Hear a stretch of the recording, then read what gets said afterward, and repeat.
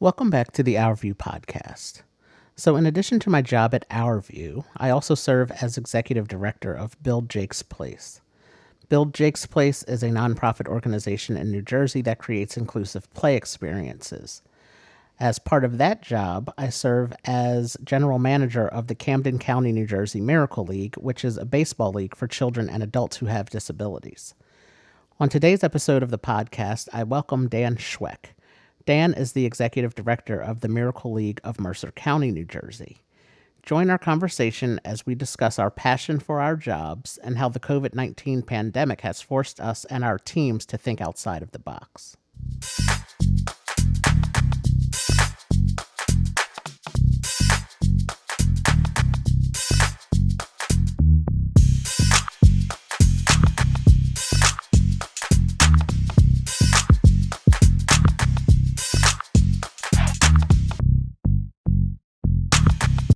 But yeah, thank you for agreeing to do this. I really, really appreciate it. And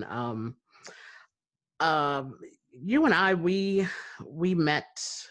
I don't know how long ago. Maybe 2-3 years ago. Maybe. About 3 years ago now. At this point, yeah. Yeah, and so we both share a similar position with working with Miracle Leagues here in New Jersey. And so can you do me a favor and first, can you introduce yourself to everyone and tell them who you are and what you do? I let my guests do that on all of my episodes just because I may know some things about you, but there may be some other things you'd like to share with people. So. Sure, no problem. And thank you again, Art, for having me on with you today. This podcast, I think it's great what you're doing here. And my name is Dan Sczweck, as you know, and I'm the I'm the executive director of the Miracle League of Mercer County. I've been in this role for 6 years, but our Miracle League has been operating for 15. Actually, this month of September, we're celebrating our 15th anniversary. We started way back in the fall, in September of 2005, when I was still in college, actually, at that time. Small 4-team league, and now happy to say that we're a 10-team league now, and expanding our programming and doing things year-round on the calendar. And it's been just great over the last couple of years having the opportunity to run this league and to meet you and meet some other executive directors from all over the country and share ideas and be able to visit these other Miracle League fields and see them. It's just really inspiring. It's great. I always say it's great when you get to be in this role and you know this, you have this kind of perspective where you get to kind of see everything and appreciate everything and everyone and how happy they are when they get to come to the field. But then when you go and you see that there's a Miracle League 35 minutes down the road from us, and they're doing the exact same thing, and it's almost duplicated, completely replicated, and seeing how happy they are, it's the coolest thing in the world. So it gives you a lot of hope in some of these more challenging times, that there is a lot of good out there, and there's a lot of good people out there, and that's really what motivates me and keeps me going. Yes, I totally agree. And you said you started, your league started 15 years ago, the Camden County, New Jersey Miracle League, which I'm the executive director of, general manager of. This will be our sixth year that we would have started. Unfortunately, because of COVID-19, we had to cancel the last spring season and also the upcoming fall season. And it's great to hear of the growth that you all have had in those 15 years. You said you started off with 4 teams too. Yep. We have 4 teams as well. We're still at 4 teams, but we've grown so much from, we're almost at 100 players right now, and they don't all show up at the same time, as Right. at every day, every week, they don't all show up, but we have registered players from the age of 5 up to players in their 50s and 60s. So that's the one thing I really like about the Miracle League with the fact that there are older children and adults who are able to play, because a lot of times the programming for people with disabilities stop when they're 18 or 21. Right. Yeah, so Yeah, that's I couldn't agree more, and that's great that you have participants that are all the way up into their 50s. I'll be honest with you, that's the one thing that we lack on. That's something that I put in a concerted effort to try to expand. Our oldest participant is 26. And knowing that a lot of day programming for individuals with special needs ends at when they finish their schooling at 18 or 21. We want to be able to continue that for them. Give them a place to come play and do something, to have fun, to interact with friends. And I hope that we can get to that point where I'm, someday down the road, maybe in the not too distant future, saying that we have some 50-year-olds in the league too. I've seen some leagues that are crazy. They have players in their 60s. Yeah. I know Pittsburgh and South Hills, Tim has some players in the 60s, which is absolutely crazy. But so cool. Yeah, the one thing a majority of our players are over the age of 21. We lack players on the younger side. I know about that. Yeah. Stop. Yeah, so our teams that have our younger players, because we divide our leagues up into the minor and major leagues, the 13 and younger play with one league, and then 13 or 14 and above, they play on the older league, the major leagues. So our minor league teams are very small in numbers. Right. And then we find out that, some of the players are involved in multiple sports. So they play baseball with us, but then they're also playing soccer or they're playing basketball. So sometimes the games and the practices overlap. So we might see some players, if we play for a 6-week season, we might see them 3 weeks out of the 6 weeks. Or, some players also, because they have other siblings who play sports. Sometimes they only play with us in the fall or the spring because their sibling plays another sport during the other season. So, so it's interesting that you have the opposite the opposite problem where a majority of your players are younger. That's really, really interesting. We'll figure it out. Right. Kids, you'll get me some adults, and we'll have it all figured out. Right. And the one thing you said that I really also can agree with is the fact that, we're running our separate leagues in different, in the same state, but different parts of New Jersey. But we can go, on a 35, 40-minute ride and see that another league is operating and doing the same thing.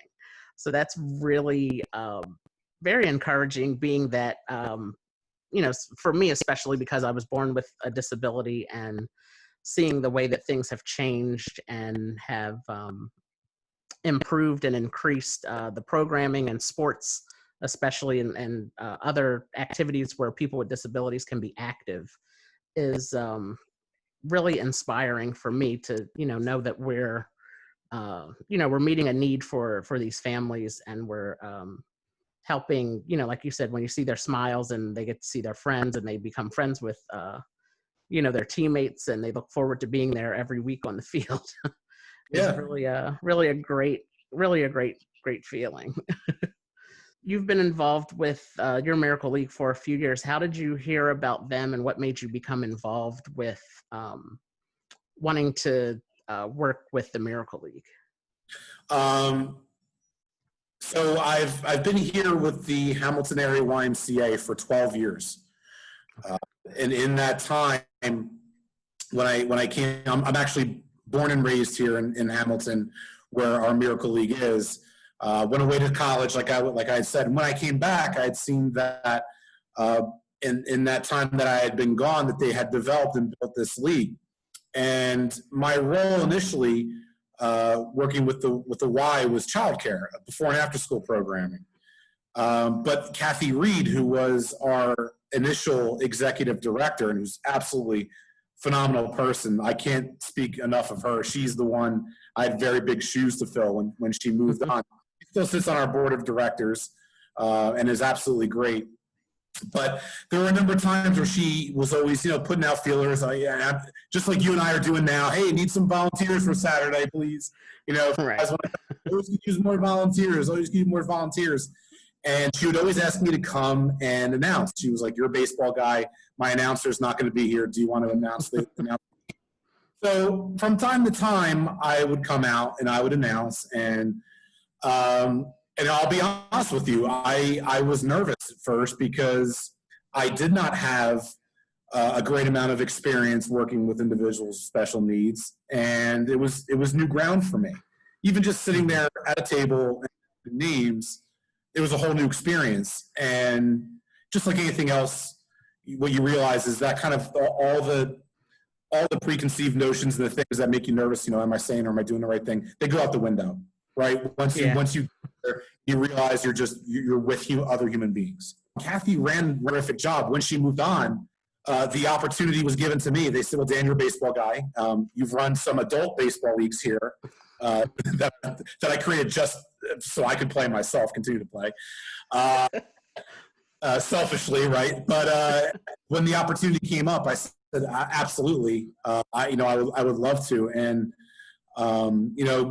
Kathy was absolutely terrific in handing over the reins and really kind of just saying, "Look, don't worry about what I had done previous. You do what you need to do. Here's everything that I've done to this point. These are the things that you do need to do operationally, but it's yours. You go do with it what you want to." And it's allowed this again, like I said, this whole thing to just build up inside. Where I'll tell you this: when I speak about Miracle League anywhere, I often go and I speak to the local colleges when I'm getting the high school teams, the college baseball teams, to come volunteer. And when I speak to these teams, the one thing I say is that I've loved baseball my entire life. I'm 36 years old. I've never loved it more than I do now because I appreciate it on a completely other level. I cared so much about my statistics and how I did and how my team did. And I was always so wrapped up in that and all that I forgot to enjoy the game sometimes. Mm-hmm. And now I enjoy the game a whole heck of a lot more, pitching to these kids and being with them on Saturdays and on Wednesday nights. Yeah. Yeah, that's I love, I knew your story and the way that you came about. And it's interesting because it's so different from the way that I came to become the general manager of the Miracle League with my job outside of running my Our View company. I work with Build Jake's Place, it's a nonprofit organization that builds inclusive playgrounds. And we had built a playground in Cherry Hill here in New Jersey. And a few years after that, we were planning to build a Miracle League, a Miracle Field, because we had heard that inclusive playgrounds and Miracle Fields are often built in the same space and same areas. But what happened was the freeholders of Camden County, they took over the project of building the Miracle Field, and they built it and paid for it. And we were very appreciative of that, and still are. The freeholders are still our lead sponsor for the league. But then once they built it and the field wasn't being used, they asked us as Jake's Place if we would start a league.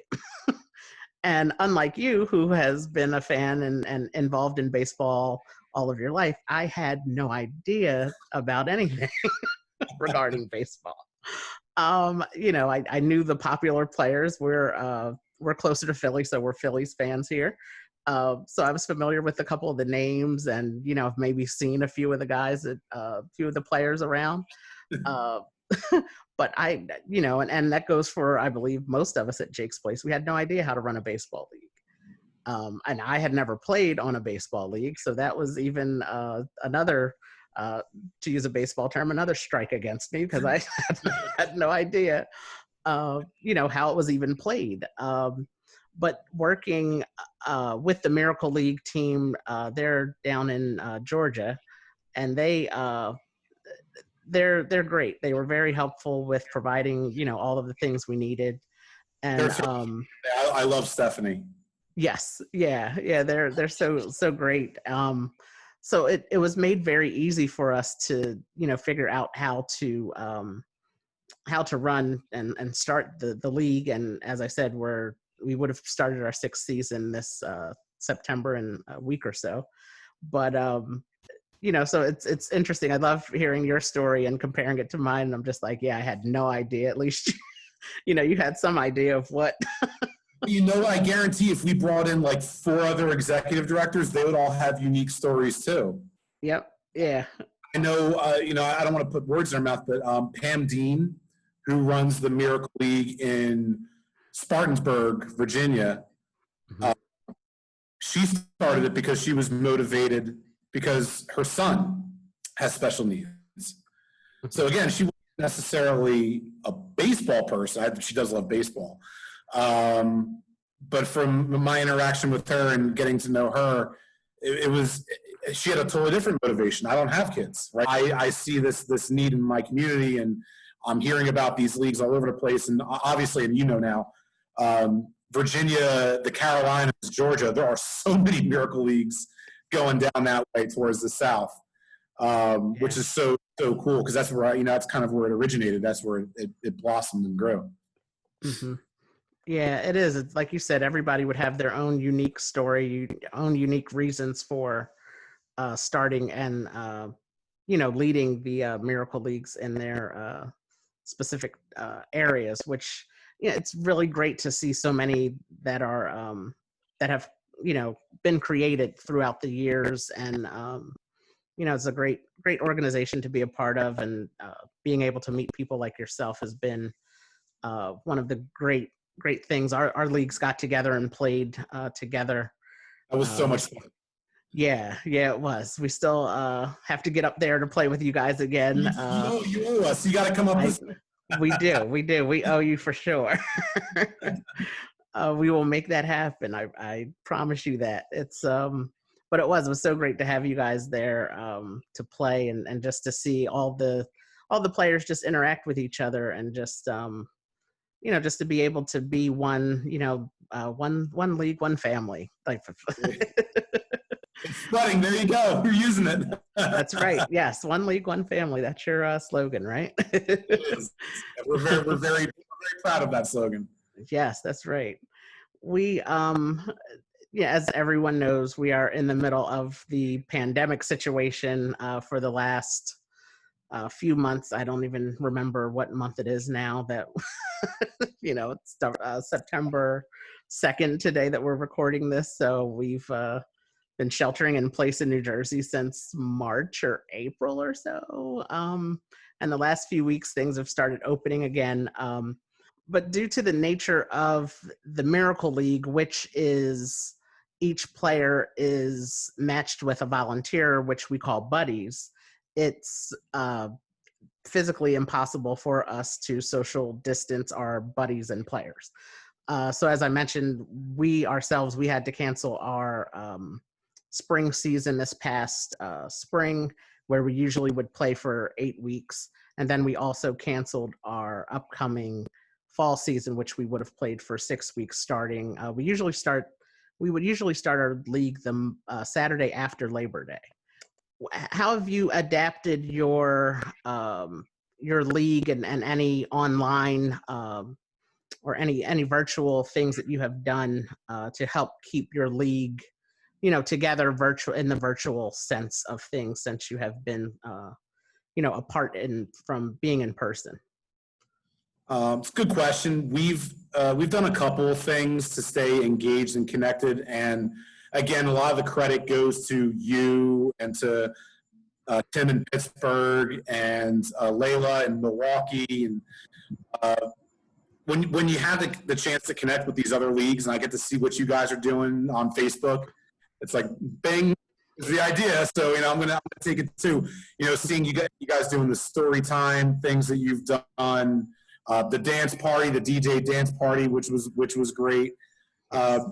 While we were doing like a weekly Zoom show, so I was taking a Zoom and live streaming it on our Miracle League Facebook page, so kids could just come on and we could just sit and talk for about 45 minutes. just about how their week's going, talk about baseball and talk about how we miss each other and goof around a little bit. And it was a lot of fun, and we were able to do that for a while. We also were able to do, I thought it was very important that, and I think it is very important that we also, we try to do, and this is an idea, again, I took from him in Pittsburgh, Miracle League Giving Back. Mm-hmm. I think it's important that we don't always just ask, gimme. If we have the capability to do something to help others, we should still do that. So keeping in mind all the local businesses that have been struggling so much in our area, we did a Miracle League lunch. So for really when we were really locked down and nothing was open except for food delivery or curbside pickup, we were doing contact-free lunch deliveries from 2 local businesses that sponsor and support the Miracle League. Wow. I took myself and my senior staff that we have, and we would go for a 2-hour window between 12 and 2 on Wednesday and Thursday at Killarney's Public House and then Brothers Pizza on Route 33 in Hamilton. And we would make delivery. It was Amanda and Jasmine, all my team. We were taking lunch deliveries and running them out, so they didn't have to pay for a delivery person. We were making the deliveries for free. We were giving it to our families, and now, thankfully, with support from my board of directors, we're going to be looking at doing some very limited, safe, contact-free programming here for the fall. I know you guys didn't have the opportunity to do that, and my heart's out to you guys because I know I've been dying inside, not being able to see everybody and play with them on the field. But we're going to hopefully allow the families to come out here and have some private time. I actually have support from the College of New Jersey. Their nursing interns. Great. With nursing are going to be coming out, and they're going to be doing temperature screenings for us and doing the questionnaire, asking the questions, so that we're making sure that we're, everybody that is showing up to the field is safe and healthy and not spreading anything. And that's the way we're going to just kind of operate for now in the time being until, I keep our fingers crossed. Hopefully when we get to April 2021, we'll be back to normal, and we'll come back down and visit you guys. You'll come up to visit us, and yes, playing games on the field again. So that's the hope. Yeah, that's great. We've done, like you mentioned, we did do a few virtual things over the last few months.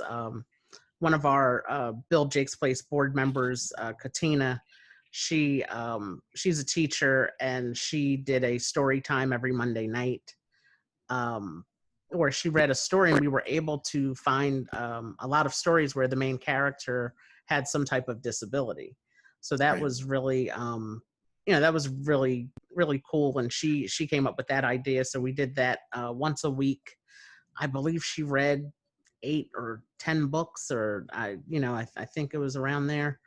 So that was really, a great thing to keep people engaged online. And we had just gotten an intern who was looking forward to doing great things as part of his marketing program. And we literally met with him the same week that everything shut down here in New Jersey. So we had to cancel all of our fundraisers and things that we had planned for the summer and the beginning of the fall season. And so he and his family, Jeff and his family, they did an online arts and crafts segment every Wednesday for us. And they did that for, about 8 or 10 weeks or so. And it was really, it was great to see the feedback that we got from that. And one of our parents in the Miracle League, he is a DJ.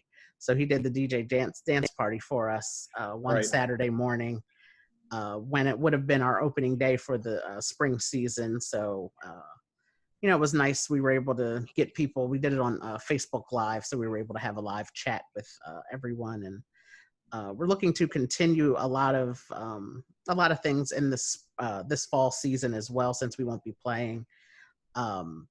we also did a magic show, which was fun that people enjoyed. One of our board members is a magician, Randy. So That's all. yeah, so he was able to do that one Saturday, and so we're looking to do possibly the dance party and the magician again this fall, and then we've been looking into like online games like bingo and things like that we could do. Zoom, you can fit a bunch of people in a room at a time. So, we think that would be cool. And I really liked what you did, as you mentioned, the weekly show that you did where you streamed, and that was really cool because it got the people to interact with each other, even though it was through a video screen. It was still it was really great to still have that conversation and just to check in with people and see how everybody is doing. So that was really a good thing. We speaking of borrowing things from people that we see online, we we borrowed something from you guys where we had some of our volunteers create signs that said "We miss you." I And did see that. That was great. Yeah. yeah, so your slogan for your league is one league, one family. Ours is we are more than just baseball. Um, I love it. so yeah, so we had a lot of our volunteers from the local high school here that provides a large number of our buddies from Cherry Hill East. They got together, and I just reached out to them and asked them. I showed them your picture. I'm like, hey, can we do something like this? That was They were great. like, sure. Yeah, they were like, sure. I had 4 cousins graduate from Cherry Hill East, so. Oh, yay. Cherry Hill East.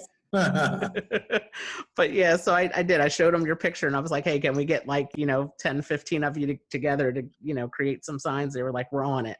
And they created the signs for us that said, we miss you. We are more than just baseball.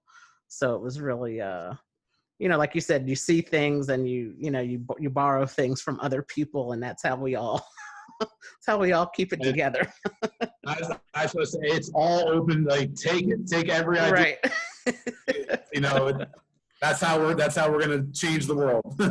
Right. Oh gosh, yeah. It's really it is. It's a very strange time for a lot of different reasons these days, but it's good to still to be able to connect with people through through this virtual world of having Zoom, and with me starting the podcast, I've had great conversations, and I think the work that we do with the Miracle League is very important because you do see those you see those families every week. We play for 6 weeks in the fall and 8 weeks in the spring, and if somebody's missing for a week or two, you start getting questions. Well, where's little Joey that plays on the, where's he been? Has anybody heard from him? And like, yeah, their family's just away this weekend. Oh, okay. And our volunteers ask about them, and even the players ask about the certain volunteers that they're used to seeing all the time. Right. Yeah. Yeah, so it is. That's why I love your slogans: one league, one family. It's like you really do become a family with everybody because you communicate and you spend a lot of time with these families, and you get to know their families, their children, their spouses, and they bring their cousins and grandparents to the to the games and everything. My favorite thing is you see these families, like they come and they don't just stay for 1 hour for their game. They stay for 2 or 3 games. Right.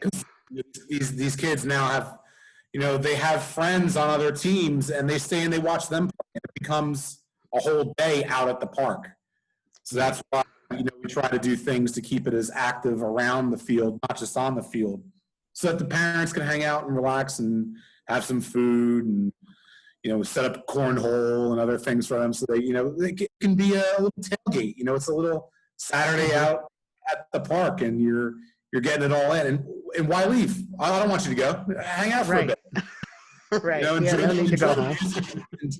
the laughing. Just stay and have a good time. Yeah, it is. It's really. I've been to your field, and it's a really great atmosphere. You have a lot of space there. Thank to you. just, like you said, to just hang out and just, roam around and walk around and enjoy and take it all in, and the open space, and take in the games, and just chill out, for a little bit. Like, if you don't have to go home, no need to go home kind of thing. I But, think, if anything, this whole COVID situation has proved the need for more miracle leagues, for us to continue to do what we're doing, because you just see how much of a need there is. Like you said, just to get out, to get outside and run around for a bit. yes. For anybody, for anybody. But it's so crucial, and it's kind of, I'm doubling down, I guess, is what it is. Yeah. A little bit. We're going to come back even stronger, more fired up, ready to go, and not only continue our programming but build on it. Yeah. Yeah. I think that is, that's one thing that I have, tried to do, and is to become, I guess, more creative, and think of creative ways to, uh, like you said, to grow and come back as, better than before. And just to really, like I said, to become creative and stay thinking of ways to improve, the league, and how we can better, Right. uh, assist these families, uh, that we serve through the league, which is, the most important thing. Right. So, so one question I didn't have on my list, but I would like for you to talk about, if you could, for a little Sure. bit. And I thought about it. I thought about it when you said you have cornhole set up. Um, so you're growing corn at your field, correct? So New That is Jersey, true. New Jersey is the garden state, and we have great Jersey corn. And you're growing corn at your field. How did that come to be? Well, again, being the big baseball guy that I am, everybody who knows me knows my favorite movie of all time is Field of Dreams. And, the whole premise of the movie, obviously, is Kevin Costner starts hearing this voice in his head as he's, raising his family on this farm in Iowa, and it's telling him to, build it. If you build it, they will come. He will come. And that's always been something that's kind of resonated with me. And, in 6 years around this league, I've always joked about growing corn in the outfield. I said, well, no more joking. We're actually going to do it. And I had a whole plan for it, ready to execute, and then COVID again. So I lost track on it and forgot about it. But then we got into July, and I was kind of sitting around, and I'm out here at the field doing some work, and I go, I never got around to planting that corn. And knows our facility, and as you know, as you've been here, you drive past farm after farm to get here. Right. It's all corn. So when you pull into our parking lot, you're surrounded by corn. I said, I no more. We're going to do it. So I took a section in center field. I went to our neighbor across the street, Scott Ellis, who has his Ellis Farms. I grew up with his two daughters. We went to high school together.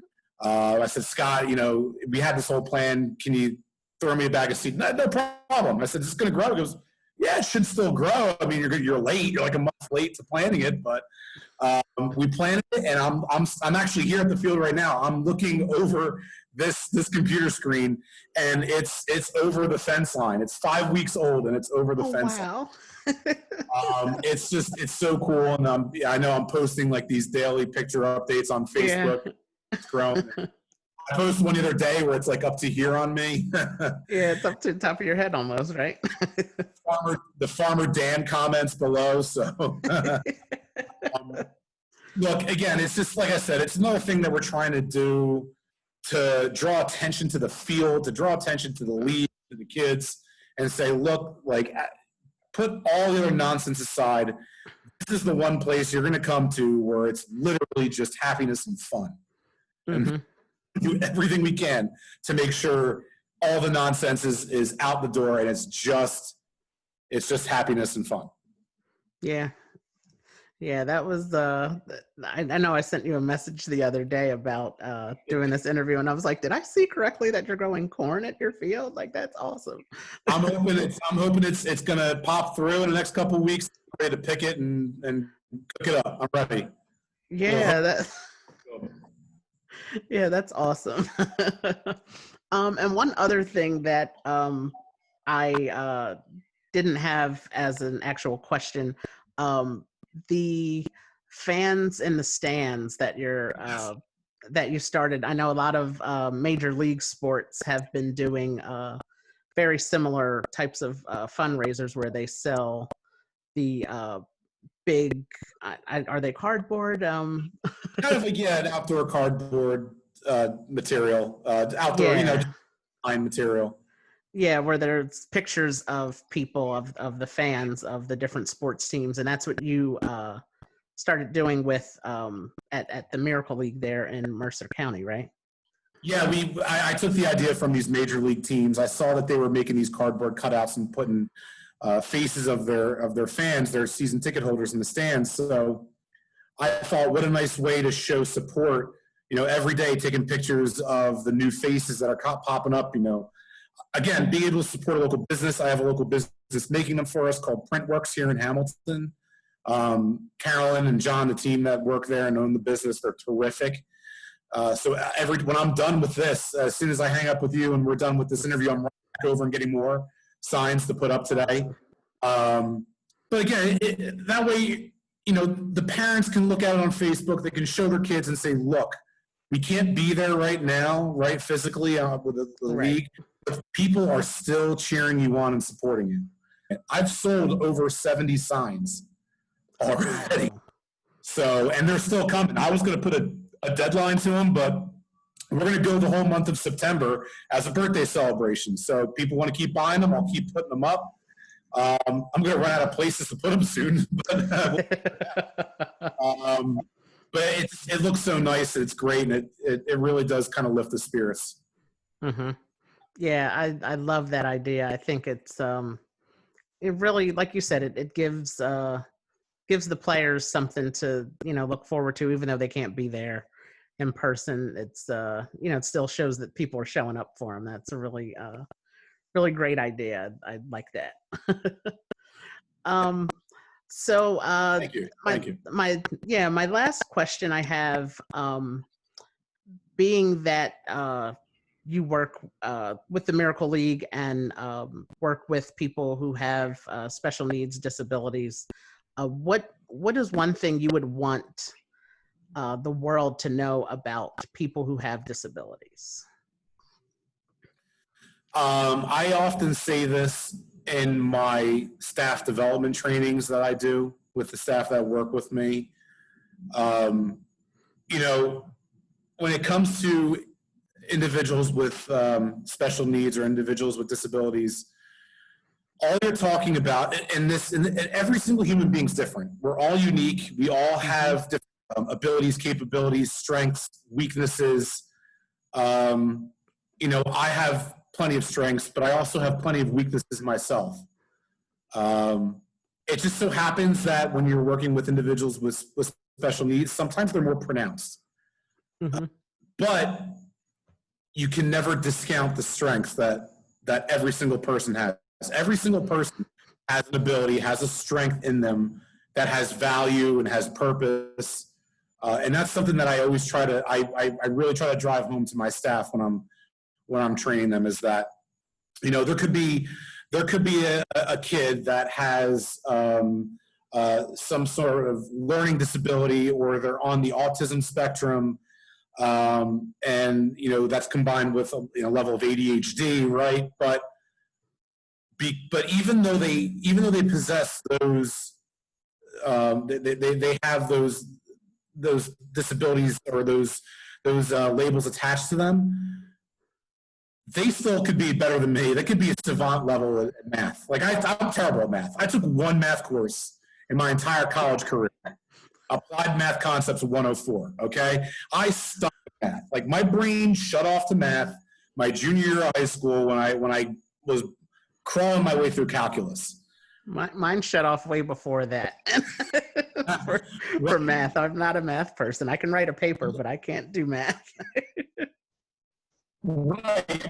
But I mean, that's where, like, so why would I ever, do kids that, or, anyone, does somebody who's better at math, like, look down at me? Why would I ever look down upon somebody who has autism and has issues with picking up social cues and sarcasm and verbal communication?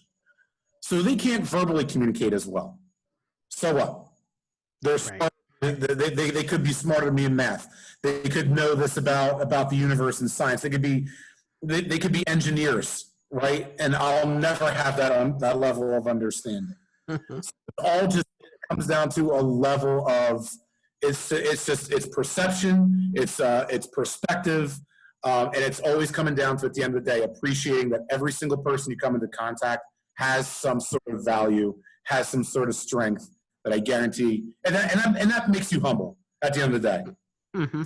Always knowing that I'm not perfect, I don't know everything, and there's someone that's better than me. And I have kids in my league that are better than me at something, multiple things, and that keeps me humble, and it keeps, and that's what I think is missing for a lot of people when we talk about the things that are in the outside world.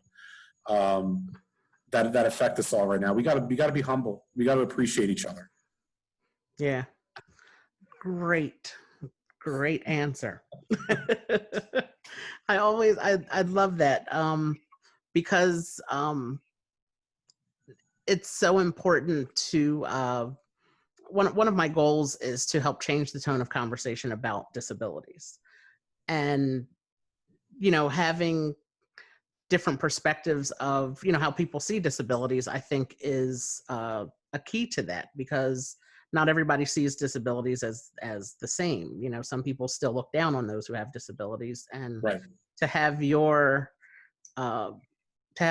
position of running a Miracle League where you interact with people who have disabilities and their families, I think provides a unique experience for you. I shared the story of my nephew, where he understood my disability because he, we were living in the same house at the time. So it was no big deal to him, but it's just, to other people who don't have that experience, it's very strange sometimes. It's different.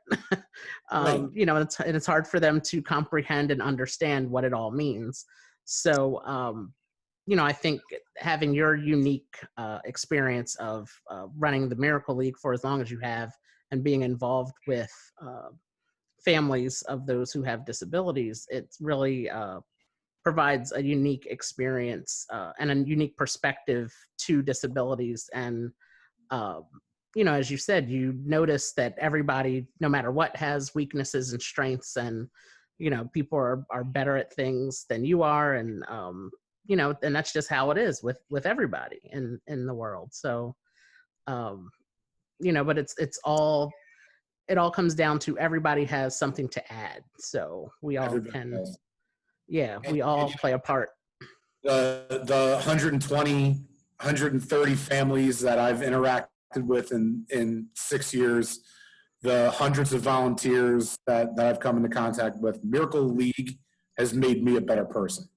I can't, that's 100% true. Miracle League's made me a better person. I would not be the person I am today if it was not for them. So they've given me so much more than I could have ever imagined. Yeah, it's I can definitely say the same with working with the Miracle League, and through my job with Jake's Place building the accessible playgrounds. I'll never forget it. We were in season 2 of our Miracle League, and one of the adult players came over to me. I was out on the field and I was just checking in on everybody, making sure everybody was okay. And it was warm that day, so I was making sure people were drinking water, and if they needed to sit in the shade, like, make sure that they do that. And one of the adult players who has autism, he came over to me and he said, "So, I hear you run this thing." And and I said, well, who told you that? And he said, my mom. And I said, oh, okay. I said, well, I run it with a team of people. I said, I don't run it by myself. A lot of us work together. And he goes, no, I think you run this thing. And I said, okay. I said, well, we can say that I run this thing. And he said, well, that's really cool because I think I would want to do this someday too. And I was just like, oh, wow. Like, of course you can. Like, that's great. Like, I'm glad that you can look at me as a person who is in a wheelchair and you see me as the person running this thing, and see yourself as doing something like this one day too. That was like amazing to me. Like, my mind was blown. I was like, wow, like I didn't see the conversation going that way. Like, Right. I really didn't. But and as a compliment to you being who you are, and you're an amazing person. I'm glad to call you a friend. I'm glad we've had the opportunity to connect over these last couple of years. You're inspiring your players, your participants to maybe be another you. Yeah. And be inspired, to do some amazing things and grow Miracle League and Jake's Place and great things that you do with our view and the cast are doing all the stuff. It's great. It's great stuff, and it's the right stuff, and it's stuff that we need to celebrate more. People focus on these things and the good that's happening. We'll realize that there's really, these things that are dividing us right now. The things pull us together are much stronger. Yeah. It was really. I mean, that was just like you said, it just made me a better person because, I'm not the type of person where, I'm aware that people are looking at me and that, I could be, a role model, I guess. But I don't really, I guess I don't pay attention to it enough.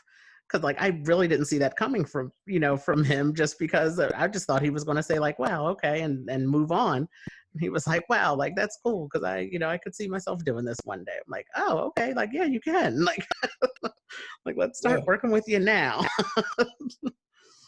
But, so this experience has really been a life-changing one for me as well. So it's really great work that we're doing, and all of the other Miracle Leagues around the country are really doing a lot of great things, and they have a lot of, they're meeting a need for a lot of families, I think, where, it gets the players out to play baseball, but it also gives them interaction with people who are like them, people that have disabilities, and it also exposes the volunteers to people who have disabilities. Yes. I know you have, college students and high school students that volunteer with you, and we do as well. We have a lot of high school students that volunteer, and it's like, I know they have to do volunteer hours to complete their high school education. They need a certain number of hours, but at the same time, they could go anywhere to do that. There are multiple places that they can go to complete those hours. The fact that they choose to come to the Miracle League, and they choose to come and they show up every week for the Miracle League, like, that says a whole lot. Absolutely. Yeah, and I never, I never take that for granted at all, because the Cherry Hill East group that I referred to earlier, they started that group in their high school when their teachers were on strike. 2 students started it because I, as in my Our View position, I went and spoke at an elementary school in Cherry Hill, and one of these 2 high school students, their sister was in the class that I spoke to, and she went home and talked about it. So they looked up Our View, they looked up Jake's Place, they looked up the Miracle League, and they were like, hey, we have to do volunteer hours. Let's see what this Miracle League is about.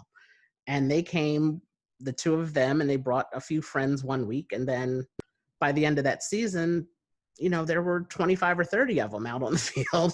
Your friends turn into a few more friends, right. And you have a whole team out there. Yeah, and you have a whole team. And I'll never forget it. I went to their first, when they were able to formally have a club and with a school advisor after the teachers weren't on strike. I went to their first meeting for the club. They had 98 students that showed up for this meeting. Oh, They had wow. 98 students, yes. Wow. And on top of that, and on top of that, the two original people that started it, they had a PowerPoint presentation that was so well. I looked at them and said, "Why am I here? You got it covered. I'm good. I'm out.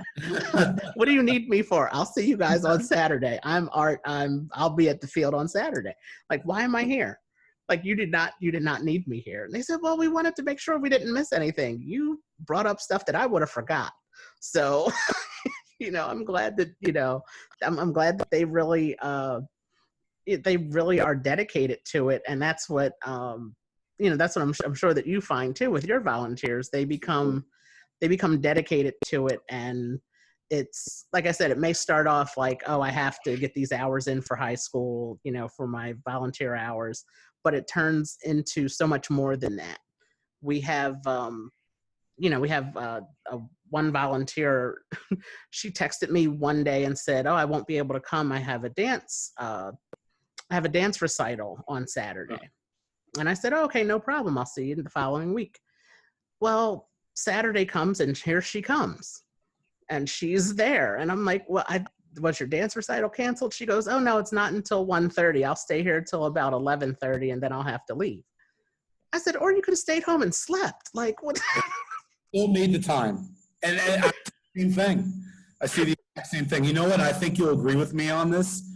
I become personally inspired to do even more when I see that happen. Yes. Like it's like this crazy addiction in a way, and I guess it has a lot to do with like the hormones that are up here, they're going in your brain, and those things that motivate you. But to see genuine interest, like inspiration, pop up in somebody's head, and then they keep coming back. Then I'm like, well, I gotta get somebody else too. Like, right. Like I saw, like somebody drank the Kool-Aid. Right. I'm gonna try to get somebody else too as well. Like that. Like it's so cool. It's so cool. Yeah. We have our relationship with the Trenton Thunder, the minor league affiliate of the Yankees here, and the first or second year that we started having players coming out, might have been the first year. A guy named Dan Fiorito. He's actually a coach in their minor league system now. Unbelievable guy. Came out once. They put out a sheet and said, "Sign up, volunteer." He came out. He came out a second time. Asked if he could come out a second time. And once they were done, they had 2 scheduled dates. So he came out both dates. He came the following week by himself, he drove himself there with his fiance.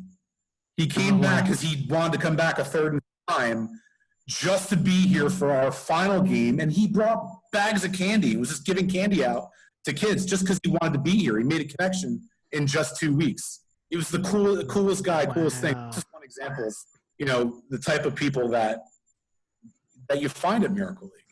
Yeah, the young woman that started the club at Cherry Hill East, she started the club, so she was the first volunteer that we had from Cherry Hill East. And then that's Holly. She brought in her sister Hope, and now their dad is one of our coaches, Sean. They have both since graduated high school, and they come back.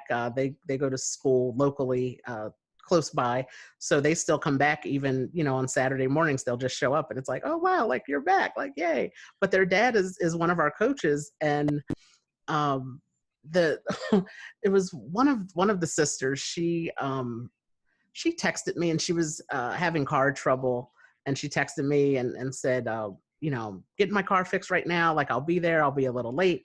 And so she shows up. Our game started at 10, and she showed up maybe at like 10:30, 10:45. And she comes over to me and she says, "Oh, I'm here." And her dad says, well, look who's here." I said, "Listen, I said, she is your child at your house. I said, she's my child here. I said, and you're not going to talk about her on this field. So that's not going to happen. You're volunteering. I like that. I said, you raised her well. I said, she texted me and told me she was going to be late. He said, oh, she did? I said, yes. I said, so you don't get to talk trash about her out here on this field. He goes, all right, fair enough. He goes, oh, I see how you protect your volunteers. I was like, with everything, I do, yes. I said, because she could have said, I'm going back home when I get my car fixed, or I'm staying home. But the dedication that they have is so important, and it's so important to acknowledge, I think, because like I said, they can go anywhere to volunteer. They have plenty of places to go and things to do, and they choose to do that on their Saturday mornings. And, for you, it's you play on Wednesdays as well? Yeah, we do Wednesday night. We do some Thursday nights if we're actually having more and more teams. We're having to spread out into more days. But yeah, to your point, just it feels so good seeing those same faces come back to volunteer, the dedication behind it all. It's so cool. Well, Dan, this has been fun. It's a lot of fun. I appreciate you being on. Yes, I'm excited to see where both of our leagues go in the spring. I think we've done great to try to keep everything together for everybody and as normal as possible in this downtime that we've had. And I think we can, look forward to bigger and better things in 2021 for everybody in all ways. Yeah, so I think just as always, keep up what you're doing, and thank you so much for taking the time to do this. And we will definitely have you back on to talk about some more things. I want to try to get some other Miracle League managers and directors to come on and just have like an open discussion about some things. And so hopefully so hopefully we can make that happen, and just flow some ideas between a few people, and get some of these things up and moving for when we can be back on the field in the spring. Amen to that. Yeah, so I will I'll definitely be in touch with you, and take care and enjoy the rest of your day. And yes, you do the same, and you keep doing the things you're doing, man. I appreciate you so much. You're, again, it's like mutual admiration society or something. Like I just totally enjoy the things that you're doing. I love what you're doing with Jake's Place. All right. Well, enjoy the rest of your day, and I will talk to you soon. All right. Bye-bye. Take care, buddy. You too. Thank you for listening to this episode of the Our View Podcast. Be sure to subscribe to the Our View Podcast on Anchor, Apple Podcast, or Spotify. New episodes will be released on the 15th and 30th of every month. Follow us on Facebook, Instagram, Twitter, and YouTube at Our View for Life. That's OURVIEW, 4 LIFE. Do you want to help change the tone of conversation among your family and friends?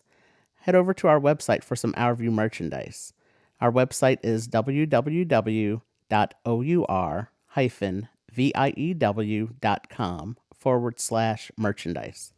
For more information on the Camden County, New Jersey Miracle League, please visit our website at ccnjml.org. And for more information on the Miracle League of Mercer County, New Jersey, please visit their website at miracleleaguemercer.org. Thank you for listening, and take care.